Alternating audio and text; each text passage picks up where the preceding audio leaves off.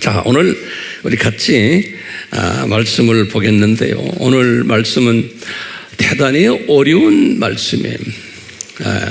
이제 지난 시간에도 우리가 공부했지만 요한계시록에서 가장 해석하기 어려운 부분을 지금 다루고 있어요. 제가 이제 따로 나중에 종말론 강해를 시리즈로 할 터인데 그때는 정말 자세하게 이제 설명을 해드릴 것이지만 오늘은 일본 시리즈와 연관돼서 이 부분을 개략적으로 한번 다뤄보려고 그래요.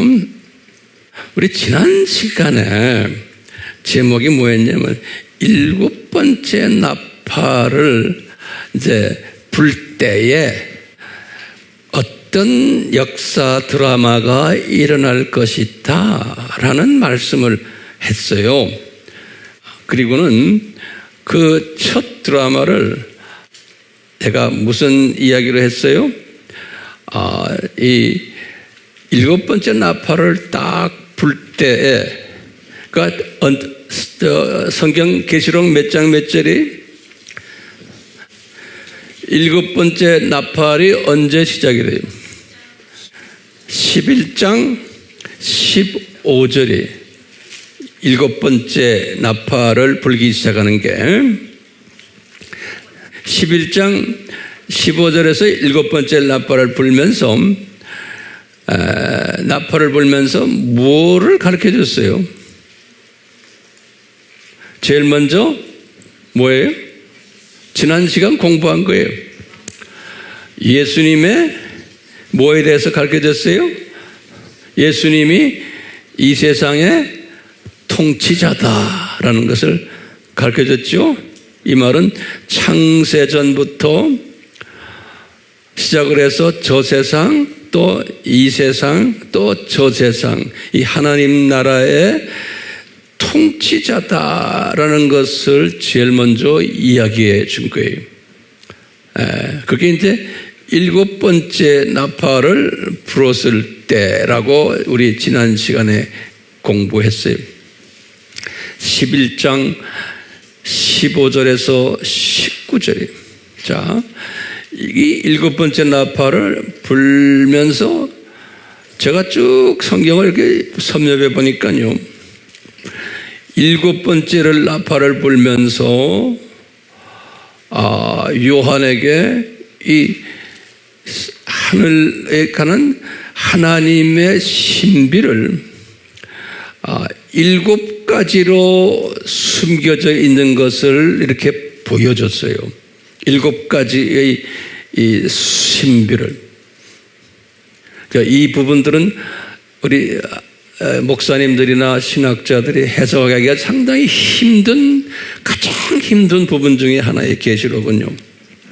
왜 계시록이 해석이 힘들까요? 거기다 좀 적으실래? 왜 요한 계시록이 해석하기 힘들까요? 그러면요, 요한 계시록이나 다니엘서는 예수님이 숨겨놨던 것을 뚜껑을 여는 그러한 내용들이에요. 그래서 다니엘에게도 12장 4절에 내가 다시 정말 가까이 와서 이제 재림하기 전까지는 이 계시된 이 신비를 뚜껑을 열지 말아라 그랬어요. 다니엘서 12장 4절이. 그렇기 때문에 다니엘서나 요한계시록은 이게 숨겨놨던 것을 뚜껑을 여는 내용들이에요. 자, 그래서 지금 이 부분들을 요한에게 이것이 하나님의 신비라 그랬어요. 우리가 하나님의 신비 하면은 창세전 십자가 사건 하나만을 그동안에 공부했잖아요. 이거보다 훨씬 큰 내용이 담겨 있음을 오늘 좀 우리가 공부하려고 해요. 이 신비라는 것은 왜 성경에 예수님이 요한에게나 바울에게 이 신비라는 단어를 썼을까요? 한번 거기다 질문을 던져보세요. 이 창조주가 쓰신 단어 표현이에요. 신비, 미스터리. 헬라 말로 미스테리온 그래서 무스테리온 그래서 무스테리온.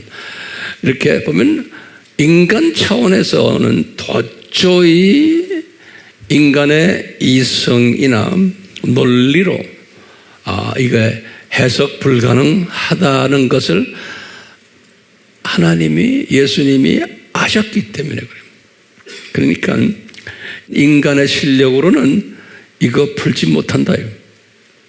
그렇기 때문에 우리 인간이 이것은 신비다, 미스테리라고 말할 것까지도 아신 거예요. 그러니까 우리가 사용하는 단어가 아니에요. 이건 예수님이 표현한 단어예요.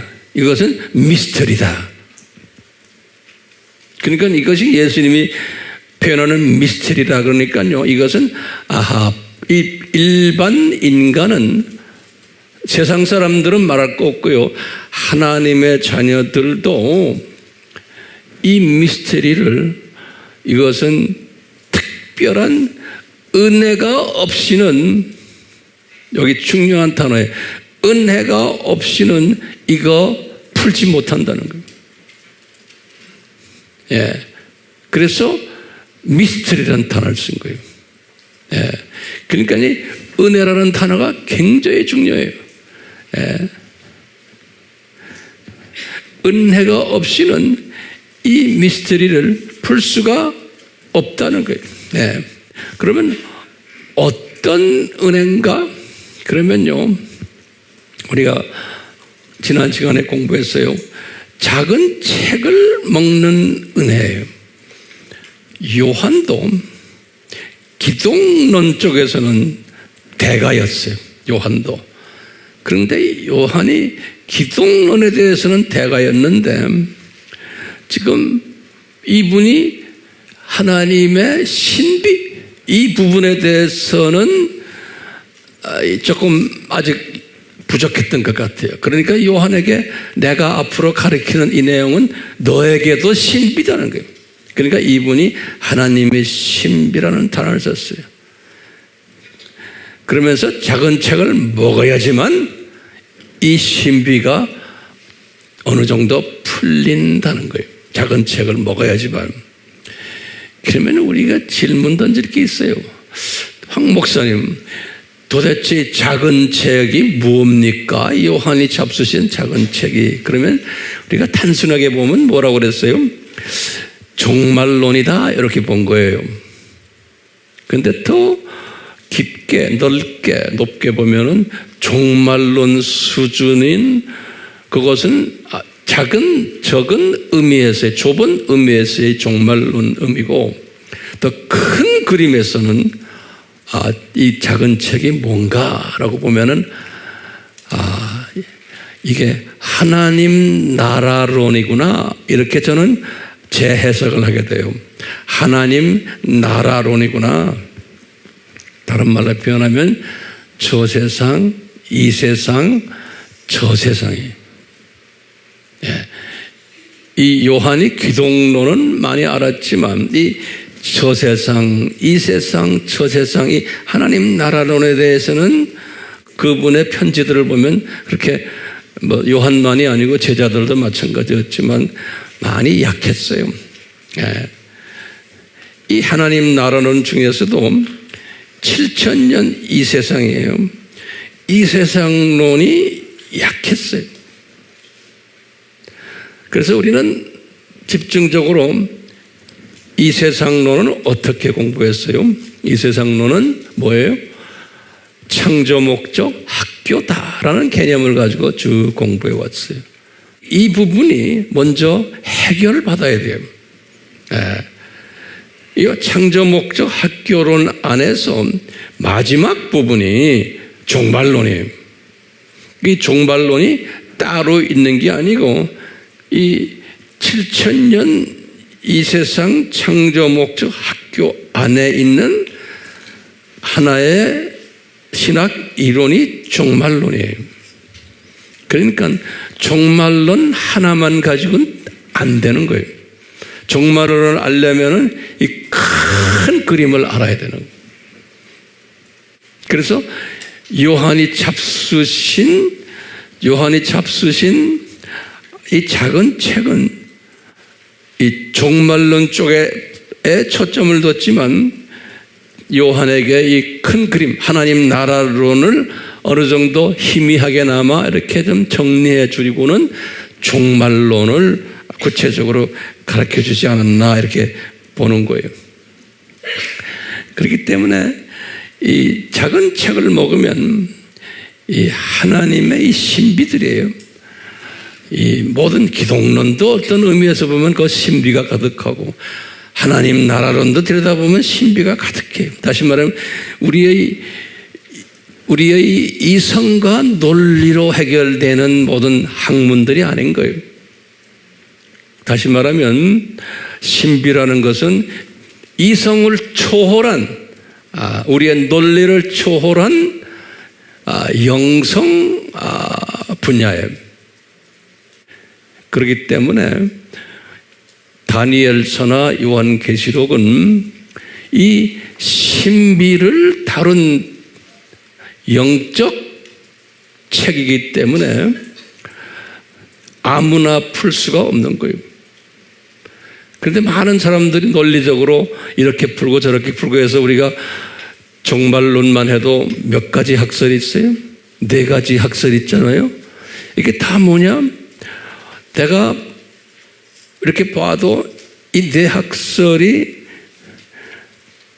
4가지 다가 다들 보면은 약점이 있고 장점이 있어요. 그 중에서 그것도 장점이 많다고 생각한 학설이 우리가 채택한 역사적 전천년주의예요. 그렇다고 해서 이것이 다 100% 정확하냐? 저는 그렇게 생각 안 해요. 그러니까 인간의 이성과 논리로 또 주어진 영성을 가지고서 이 4가지를 풀어나갔지만 우리는 이 4가지 중에서도 가장 그래도 성서적이고 우리의 논리의 영성에 맞는 것이 역사적 전천년설이다 보고는 그거를 기초로 해서 다른 학설들도 참고로 하는 거예요. 왜냐? 그 안에도 하나님의 자녀들에게 주신 또 신비가 숨겨져 있기 때문에 그런 거예요. 제 말 잘 따라오세요? 네. 자, 이런 신비들이에요. 그러니까 이런 숨겨진 신비들을 오늘은 이 7째 나팔을 딱 풀면서 요한에게 보여주는 거예요. 그게 11장 15절에서부터 우리 지난 시간에 공부한 게 12장 6절까지 우리 지난 시간에 공부했어요. 그것을 다시 내가 좀 신비라는 차원에서 간단하게 정리를 해드릴게요. 그 안을 딱 보면요, 7가지의 신비가 다시 말하면 우리의 이성과 논리로는 잘 이해가 안 되는 이런 것들이 들어있어요. 7가지가. 그러니까 요한도 그것을 지금 받는 거예요.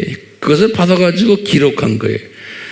첫 번째 신비를 제가 이제 만든 단어인데 첫 번째 요한이 받았던 신비가 예수님이 이 통치자 된다는 신비. 이제 요한에게는 이것이 신비예요. 왜냐? 요한은 유대교를 믿어왔던 사람이에요. 그러니까 유대교 사람들의 사고는 성부 하나님이 통치자라고 믿는 사람들이에요. 유대교 사람들은 그런 그 유대교의 사상을 가진 요한에게 진짜 통치자는 예수 하나님이다라는 거예요. 그것도 창세전부터 시작해서 저 세상, 이 세상, 저 세상 하나님 나라 전체 기간 동안 통치자는 예수 하나님이다라는 것을 요한에게 가르친 것이 처음에 11장 15절에서 19절이에요. 그래서 요한의 입장에서 보면 이게 신비인 거예요. 왜 성부가 아니고 성자냐?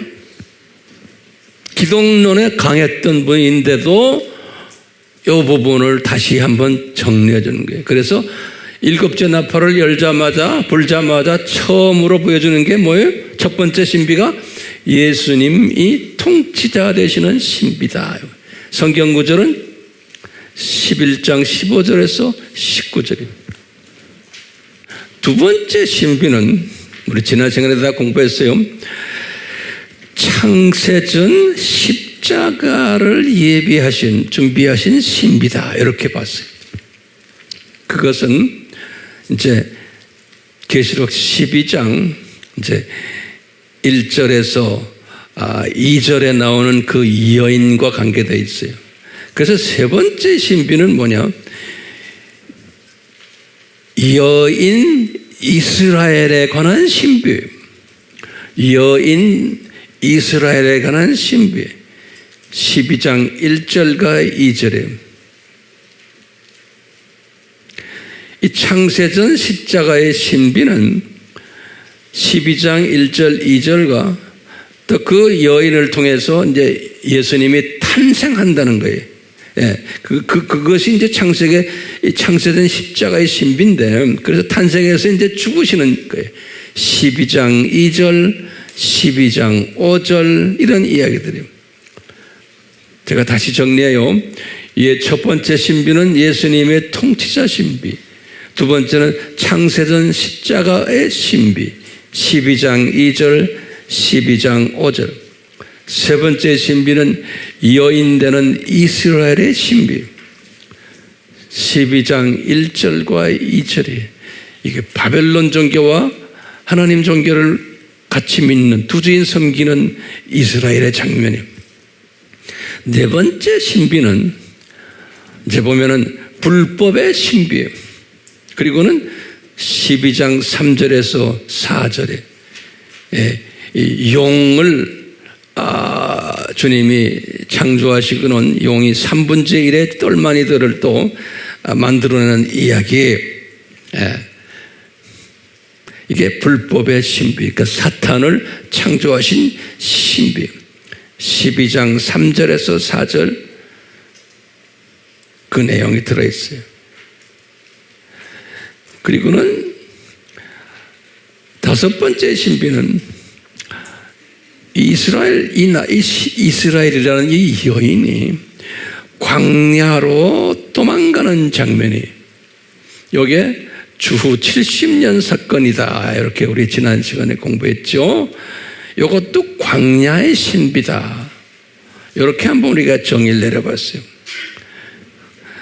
이제 12장 6절이에요. 그리고는 이 여섯 번째는 이 광야를 교회 시대라고 보는 거예요. 그래서 교회 시대의 신비, 이것도 똑같이 12장 6절이에요. 그리고 이제 마지막으로 이 여인이 광야로 도망가가지고 그냥 5가지의 죽은 미랄이 된 신비예요.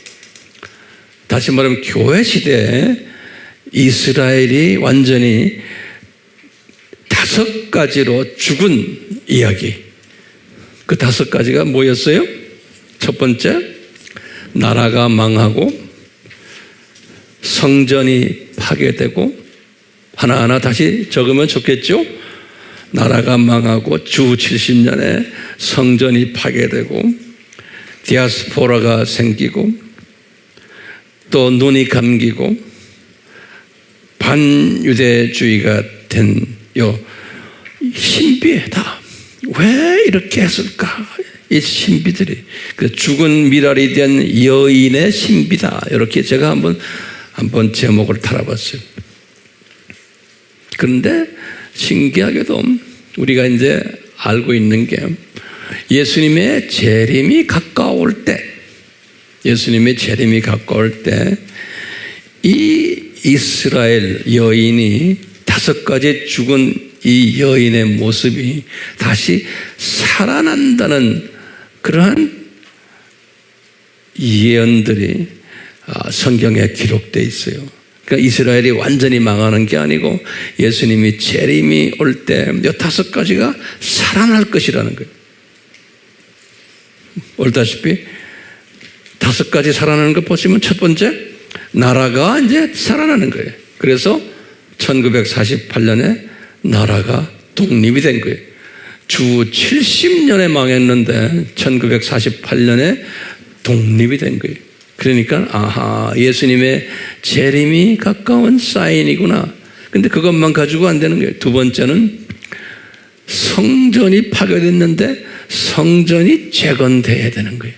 이것도 예수님의 재림과 직접 연관이 되어 있는 거예요. 이스라엘이 여자가 살아나야 되거든요. 세 번째는 디아스포라가 됐는데 이제는 고토로 복귀하는, 귀환하는 일이 지금 일어나야만 되는 거예요. 그러니까 이것도 살아나는 거예요. 죽었던 것이. 지금 이것이 하나하나 일어나고 있고요. 네 번째는 눈 감김이, 이제 눈 뜨는 일이 있어야 되거든요. 이것이 지금 메시아닉 유대인들의 모습들이, 이런 일들도 지금 일어나고 있는 거예요. 이제는 5번째로는 소위 반유대주의죠. 반유대주의가 과거 2000년 교회 시대에는 아주 강했는데, 특히 이 로마 가톨릭부터 시작을 해서, 그런데 오늘날은 종교다원주의가 득세를 하면서 이 반유대주의가 의미가 없게 되어버렸어요. 왜? 모든 종교는 같다라고 보는 기독교인들이, 이 반유대주의는 누가 반유대주의를 했어요? 기독교인들이 반유대주의를 했어요. 로마 가톨릭 정교회, 그 다음에 대부분의 개신교 교단들이. 근데 오늘날 그 교단들이 무슨 주의로 지금 바꿔버렸어요? 지금 종교 다원주의로 바뀌어버렸어요. 그러니까 반유대주의가 의미가 없어져 버리는 거예요. 제 이야기가 소화가 돼요? 예, 반유대주의는 의미가 없어져 버린 거예요. 왜? 모든 종교는 같은데 뭐 이런 것들이. 예.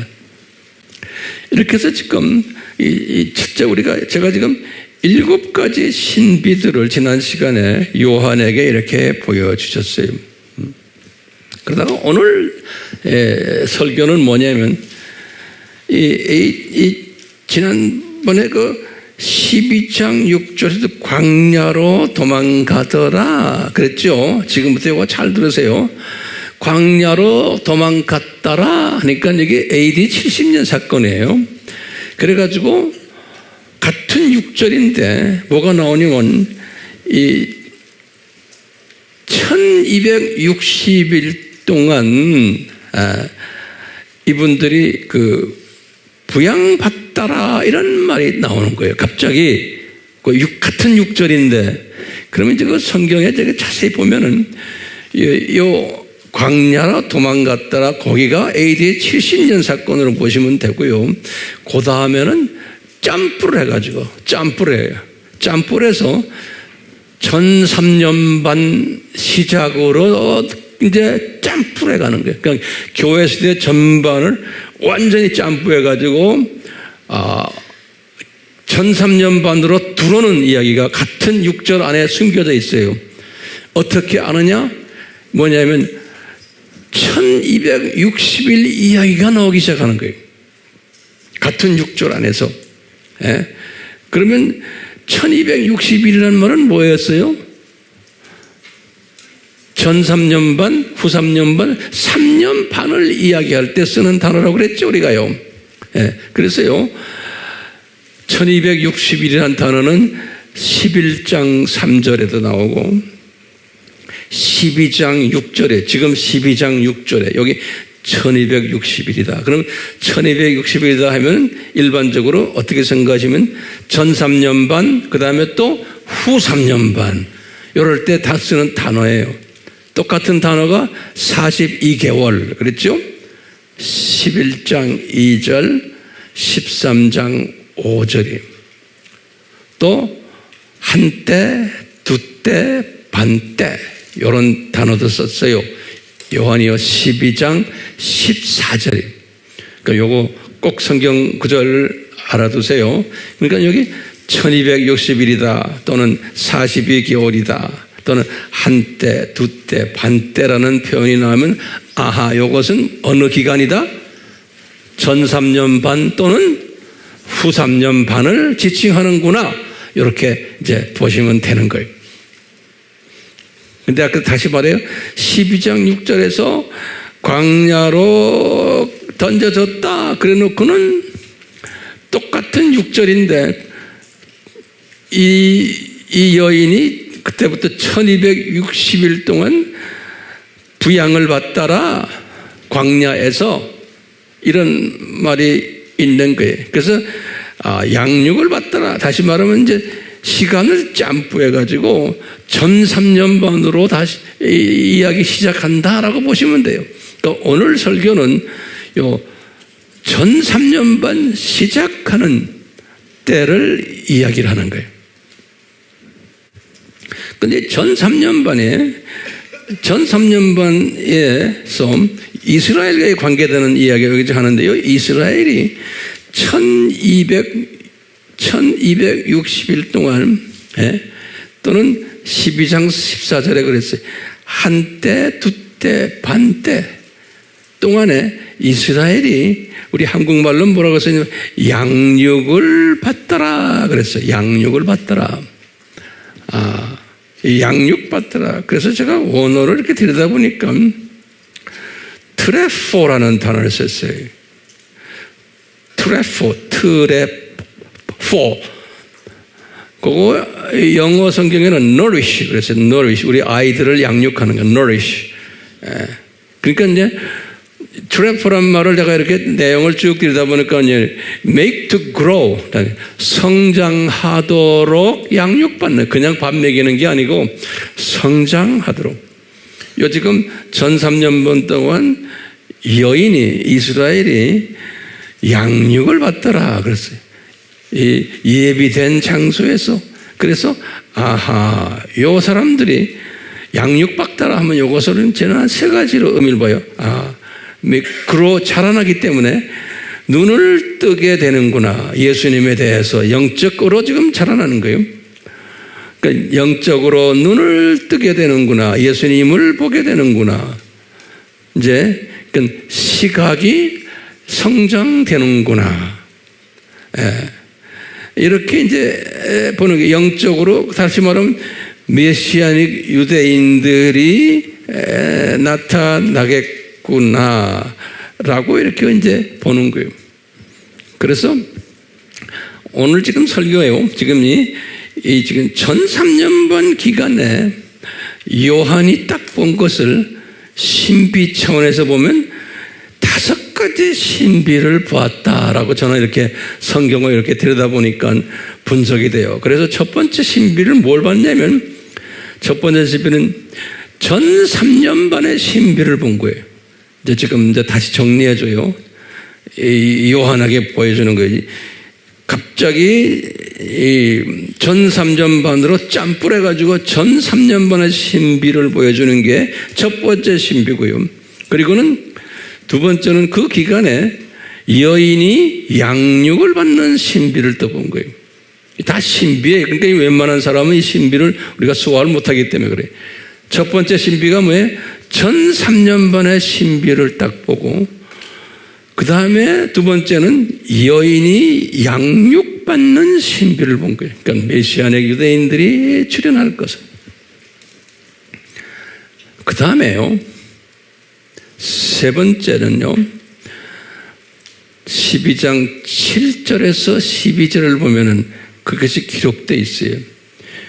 뭐냐면요, 하늘에서 전장이 나는 모습을 봤어요. 요한이. 지금 순서대로예요. 12장 7절에서부터 12절에 어떤 전쟁이 나는 거냐, 미가엘 팀들하고 용 팀들하고, 용과 그 똘마니 팀들하고 전쟁이 일어나는 것을 요한이 딱 봤어요. 하늘에서. 그러니까 내가 볼 때는 2층천, 1층천 그런 것 같아요. 이 하늘에서 전쟁이, 3층천은 아니죠. 1층천과 2층천에서 전쟁이 나는데, 그 용과 그 똘마니들이 땅으로 쫓김을 받더라 그런 거예요.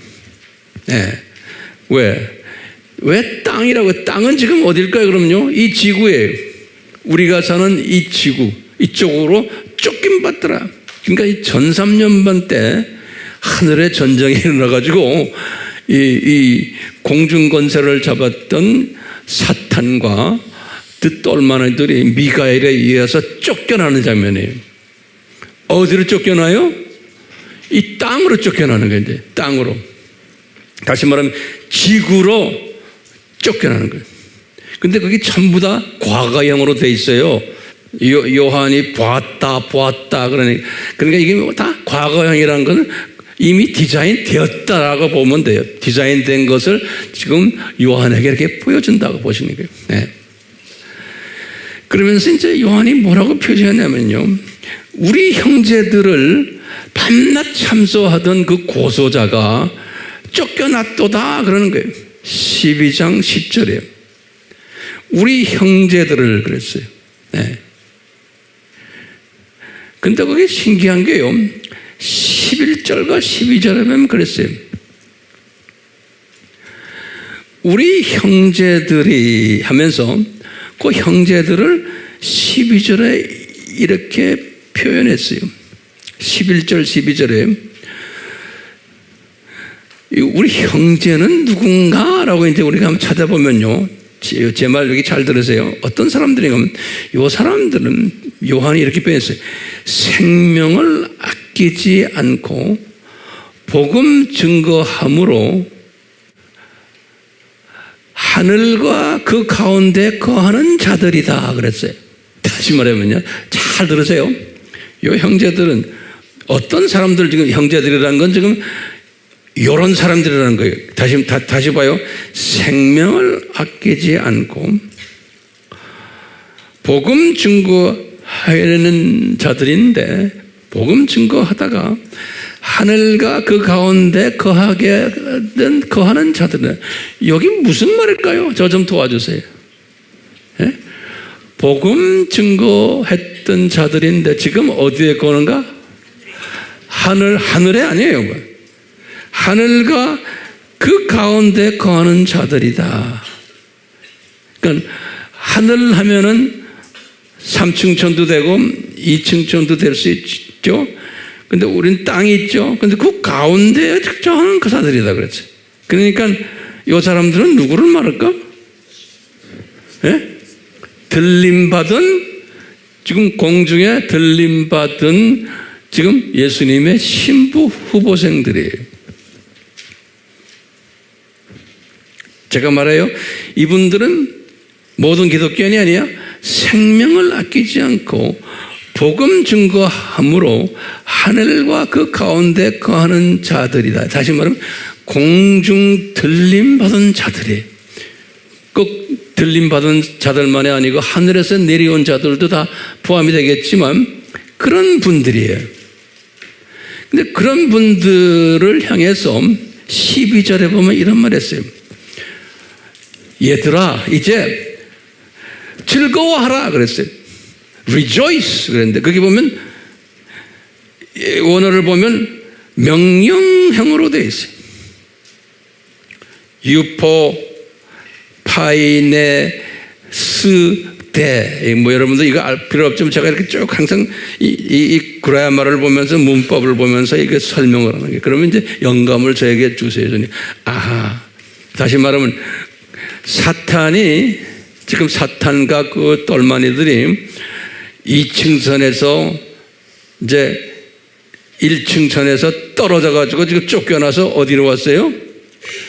지구를 지금 내려온 거예요. 이게 지금 어느 기간에 1300년 반 기간 동안에 이야기하는 거예요. 떨어졌어요. 그럴 때 하늘에서 음성이 나오기를, 공중에 들림 받고 있는 너희들아, 예? 너희들 rejoice, 기뻐하라 그러는 거예요. 예. 명령어로 되어 있어요. 그러니까 위에 올라간 사람들이 이 모습을 보면서 기뻐하는 거예요. 기뻐해야 되는 거예요. 왜? 명령형이에요. 왜요? 예? 이제는 이분들은 자기네는 공중에 지금 있잖아요. 이분들이란 건 저와 여러분들이 될 수도 있어요. 이제는 영어로 말하면 no more Satan's and 이 그룹들의 temptation, 그놈들의 공격이 이제는 없어요. 왜? 사탄과 그 똘마니들은 어디로 내려가 버려서 쫓겨났어요? 저 땅으로 쫓겨났어요. 땅으로. 이제는 이 공중 쪽에는 없는 거예요. 그러니까 기뻐하라 그런 거예요. 기뻐하게 되어 있죠. 기뻐하라 그런 거예요. 그러면서 이제 계속해서 12절에 뭐라고 하냐면, 그러나 이 땅과 바다는 화 있을진저 그러는 거예요. 왜 화 있어요? 땅과 바다는 화 있을진저. 왜요? 이 깡패들이 아직 땅과 바다에 있기 때문에. 그놈들이 이제는 주 무대가 땅과 바다예요. 이 사탄과 그 똘마니들의. 그런데 보면 그 12절에 기가 막힌 말을 했어요. 그 마귀가 또는 사탄이, 파괴자가 마귀예요. 자기의 때가 얼마 된지를 알므로 크게 화가 나가지고 땅과 바다로 내려갔다 이렇게 썼어요. 자기의 때가 언제요? 이 사탄과 그 똘마니들이 언제 불못에 던진 바다요? 계시록 20장 10절이에요. 다시 말하면 천년왕국이 끝날 때 이놈들은 이제는 그동안 7,000년 동안 깡패 노릇하다가 우리를 훈련시키기 위해서 교감 노릇하다가 이제는 마지막 판이에요. 이제 조금 얼마 안 남았어요. 그러니까 자기의 때가 얼마 아닌 것을 아는 거예요. 이 악한 놈들이 이제 자기네가 사용받는 때가, 그러니까 가까이 끝날 때가 이제 가까이 왔다는 것을 알기 때문에 나름대로 이놈들이 화가 나서 화를 내면서 땅과 바다로 내려갔다. 그러니까 이놈들이 지금 어디를 공격하게 돼 있나요? 이제는 땅과 바다를 공격하게 돼 있는 거예요. 이제는 공중에는 없어요. 우리가 그러면서요, 이놈들이 땅과 바다를 어떻게 공격했나? 그러니까 우리가 7 나팔 때를 딱 보면 아는 거예요. 7 나팔 우리 몇 주 전에 공부했지요.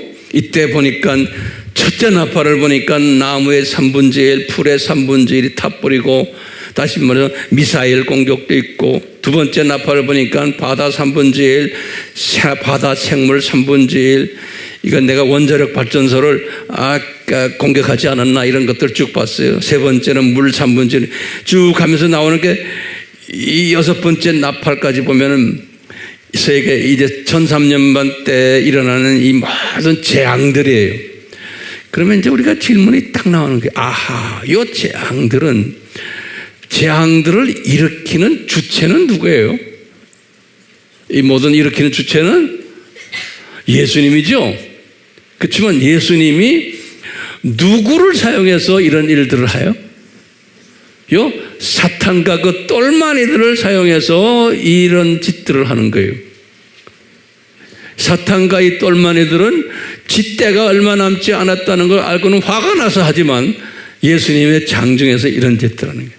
근데 또 구체적으로, 그러면, 원자탄 터지고, 미사일 날아가고 하는 그게 우리 인간이 하는 건데요? 왜 사탄이 그 인간들이 누구의 허가하에? 예수님의 허가하에 사탄의 영향을 받으면서 이런 전쟁을 일으키는 거예요. 그러니까 역사의 주인 되시는 누구의 허락하에? 예수님의 허락과 디자인 속에서.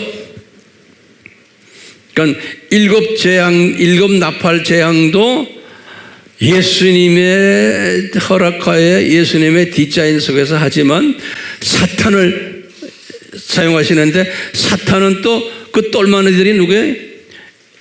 이 인간 똘마니들이, 정치하는 사람들, 군인들, 이 사람을 또 사용해가지고 이런 걸 다, 그러니까 이제 이 소위 앞으로 일어날 3차 전쟁 이런 것도 다 이렇게들 일어나게 되어 있는 게, 특히 이 사탄이 자기의 때가, 마귀라는 의미는 파괴자죠.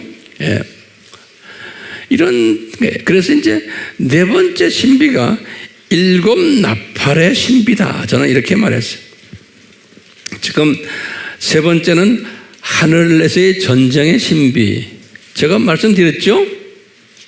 지금 오늘 이 1300년 동안의 신비들을 제가 이야기해요. 5가지 신비인데, 첫 번째는 1300년의 신비. 두 번째는 여인 양육이 되는 신비, 그 기간에. 세 번째는 하늘에서 전쟁이 일어나는 신비. 그리고 네 번째는 일곱 나팔의 재앙의 신비. 이런 것들이 1300년 동안 이렇게 일어나는 거예요. 예. 이렇게 일어나다가 이제 13장에 들어와서 이제 갑자기 5번째 신비가 뭐냐면 그 유명한 두 짐승의 신비. 이 두 짐승은 누군지 우리 다 알고 있잖아요. 첫 번째 짐승은 무슨 적그리스도? 정치적, 경제적, 문화적, 교육적, 사회적 적그리스도. 두 번째 짐승은 종교적 적그리스도. 여기에 대한 자세한 것은 제가 이제 종말론 이제 시리즈에 들어가서 할 거예요. 그래서 이 1300년 동안에 지금 우리가 말하는 이 두 짐승 세력이 1300년 반 그 기간에는 적극적으로 앞장서서 이제 활동하는 시기예요. 이것을 다 보여주신 거예요. 그러니까 그때는 이미 용과 그 똘마니들은 어디로 내려왔어요? 이 땅으로 내려와서 이제는 그놈들이 그냥 악을 쓰면서 소위 하나님의 자녀들을 괴롭히고 이 세상을 파괴하는 일들을 할 때 그 용의 앞잡이 중에 앞잡이가 뭐냐면 두 짐승 그룹들입니다. 그래서 생긴 것도 비슷하게 생겼다고 그랬어요. 나중에 그건 때가 되면 제가 말씀을 드릴게요. 그렇기 때문에 이 두 짐승 그룹들이 1300년 반 때 아주 활동을 많이 할 것인데, 이 모든 일곱 나팔의 재앙을 하는 것도 이놈들이 사용을 받아가지고 하고, 다시 말하면 예수님의 1300년의 주체이지만 예수님의 장중에서 용과 그 똘마니 그룹들이 일을 하는데, 그 용과 그 똘마니 그룹들의 똘마니가 누구냐? 두 짐승 그룹들로 보면 되겠어요. 1300년 반 동안에 이렇게들 할 거예요. 그러다가 이제 우리가 이제 때가 되면 다음 주나 다음 주에 이제 후3년 반 이야기를 할 텐데, 제가요, 이 후3년 반 때는 이 두 짐승 그룹들이 엄청 이 세상을 어렵게 해놓은 다음에 후3년 반이 끝날 때 이 두 짐승 그룹들을 지옥에 보내지 않고 불못으로 직접 집어던져 버려요. 19장 20절에. 그 이야기는 또 우리가 이제 다음 시간 또 다음 시간에 계속 할 거예요. 그러니까 지금 이 일곱 나팔과 관계돼 가지고 지금 역사 드라마예요. 역사 드라마를 지금 제가 둘로 잘라서 말씀드렸어요. 결론에서 첫 번째 역사 드라마가 7가지 신비들이었어요. 다시 말하면 예수님이 통치자 되시는 신비, 창세전 신비, 쭉 해서 나중에 죽은 미랄이 되는 신비, 거기에 다시 말하면 창세전부터 주후 70년까지의 신비. 그러다가 두 번째 역사 드라마가 오늘 설교에 5가지 신비들인데, 이것은 이제 1300년 반으로 짬뿌려가지고 지금 오늘은 이 1300년 반 동안에 일어나는 신비들이, 그것이 5가지로 1300년 반 신비, 여인이 광야에서 양육받는 신비, 또 하늘에서 전쟁 일어나는 신비, 또 7 나팔의 재앙 신비, 2 짐승의 신비. 그렇기 때문에요, 이런 신비들을 요한이 이렇게 보았을 때 이분이 그냥 본 게 아니고 영성이 업그레이드 됐기 때문에 본 거예요. 이분이 뭘 먹었기 때문에? 작은 책을 먹었기 때문에. 그래서 이제 우리식으로 보면은 우리도 이런 것이 영성이 업그레이드 되려면 기독론 공부만 해서는 되지 않는 거예요. 그렇죠? 요한은 기독론 공부에 강했던 분인데 그것만 가지고 되는 게 아니에요. 기독론 공부에다가 플러스 하나님 나라론을 쫙 볼 줄 알아야 돼요. 저 세상, 이 세상, 저 세상. 제가 이제 조금만 있으면 제가 그동안에 한 3년 동안에 저술을 해왔는데요. 계속해서 또 수정하고 해서 거의 저술이 끝난 그 책이 이제 곧 나올 텐데, 그 책 이름이 뭐냐면 이 세상은 무엇인가 라는 책이 약 한 400페이지 돼요. 이 책에는 많은 보물들이 그 안에 담겨져 있어요. 그런 이런 책이 나오면 어떻게 해야 돼요? 많이 나누는 일을 하셔야 돼요. 이 책이 중요한 책이기 때문에 기도하면서 이제 이 책이 제가 볼 때는 요 작은 책이나 복음 거는 책 같아요. 네, 요 작은 책. 신기하죠? 그래서 우리가 지금 출판하는 이 작은 책이 요 신비를 깨닫게 하는 귀한 책이 됐으면 해요. 그렇게 될 것 같아요. 그래서 이것을 우리가 각 언어로 또 번역해야 되고 할 일들이 많아요. 제가 3년을 정말 피땀 흘려 그러다 보니까 머리가 다 하얘졌어요. 머리가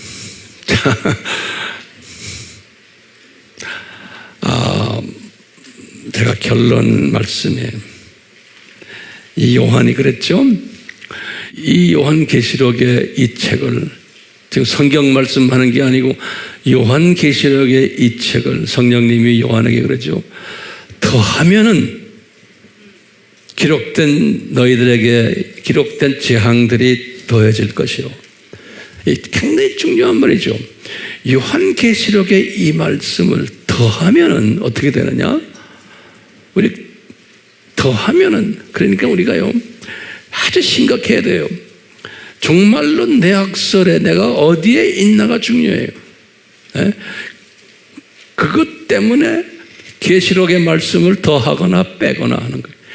더하는 사람은 내가 기록한 이 재앙들에, 다시 말하면 이 나팔재앙 또 대접재앙, 이 재앙들에 경험하게 된다. 다시 말하면 환난을 통과하는 사람이 된다는 거예요.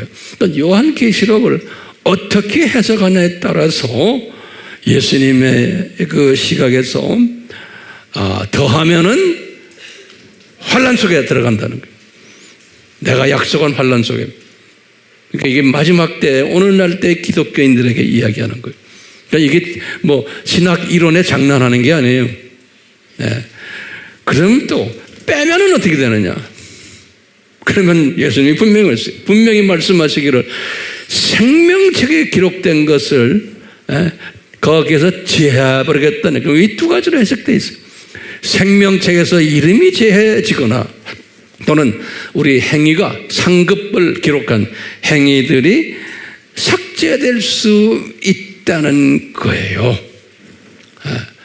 그렇기 때문에 심각하게 우리가 오늘날 주님을 섬겨야 돼요. 예수님의 말씀에. 그러니까 어떤 종말론을 가지고서 이 요한계시록을 해석하느냐에 따라서 바라옵기는 우리가 깨달은 이 해석이 예수님에게 연락되는 해석이 되기를 저는 간구하고 있어요.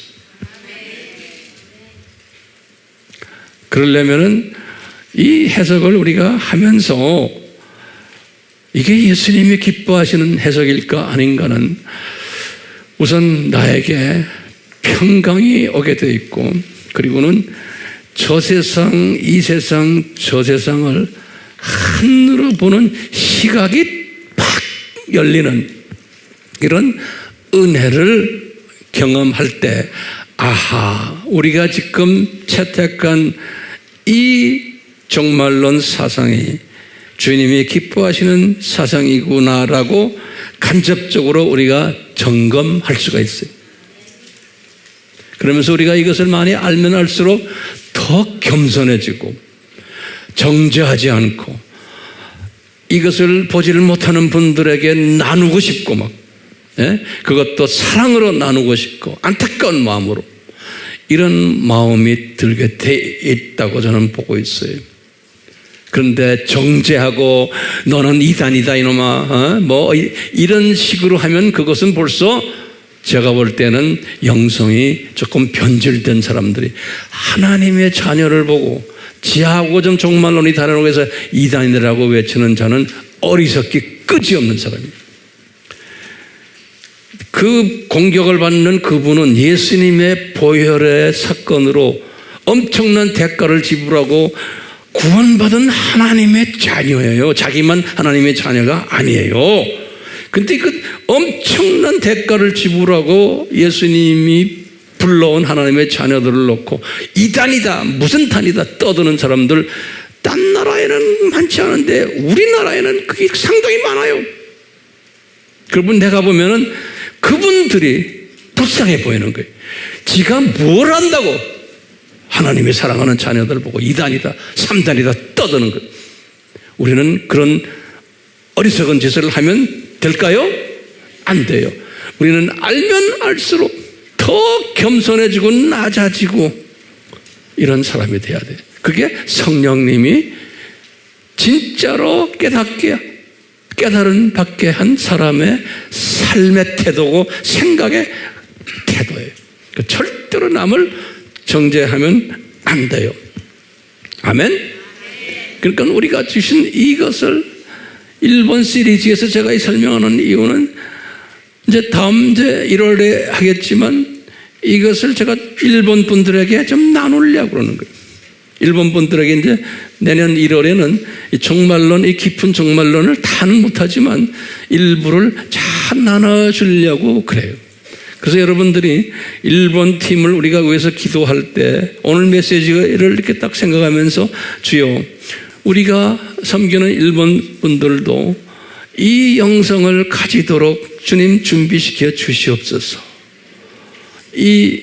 이 부분을 놓고 기도하라고 일본 시리즈를 통해서 지금 이 종말론 쪽의 한 부분을 제가 간략하게 하면 좀 이상하죠? 근데 그 이상 더 간략하게 할 수가 없어요. 근데 이제 때가 되면은 아주 복잡하게 제가 이제 설명할 때가 올 거예요. 그때 되면 이 간략한 거를 먼저 이 프레임을 딱 잡아 놓으시면 그다음부터는 소화하기 쉬워져요. 아멘? 다음 주에도 계속 할 거예요. 다음 주에도 기대가 되겠죠? 네. 그래서 우리는 우리 이 역사의 주인 되시고 이 요한계시록의 주인 되시는 예수님을 우리가 더 많이 우리가 알아야 돼요. 그래서 우리가 찬양을 할 때 이 찬양을 같이 부르기를 원해요.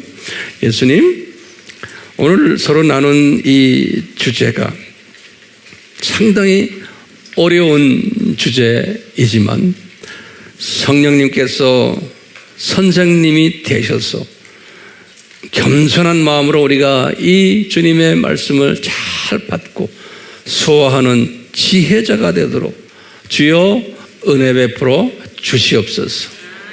예수님의 이름으로 기도드리옵나이다. 아멘.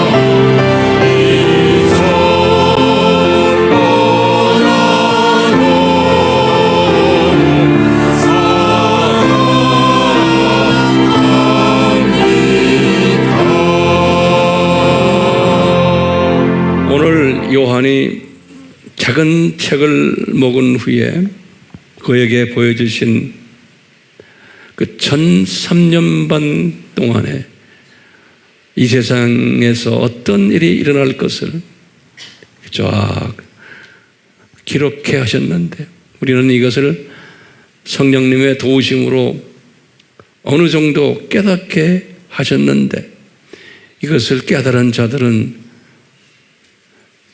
이 1003년 반 기간, 우리 다음에 공부할 후섭년반은 얼마나 힘든 그러한 세상인 것을,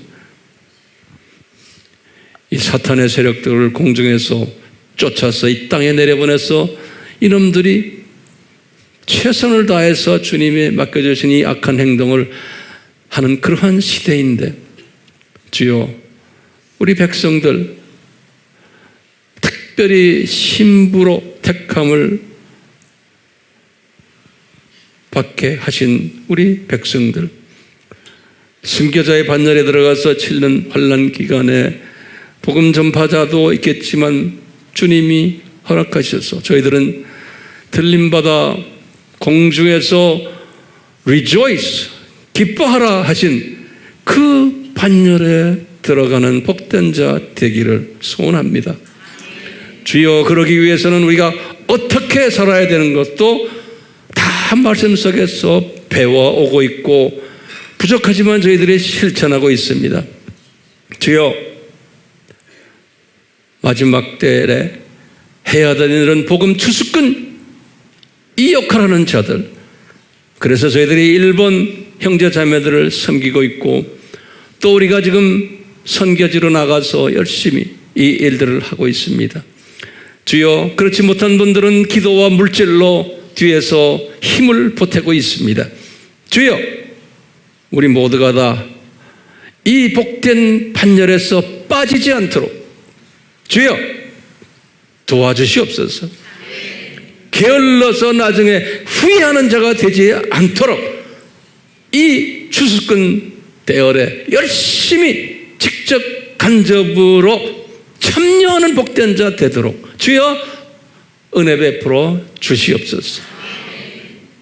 예수님의 이름으로 축원하옵나이다. 아멘.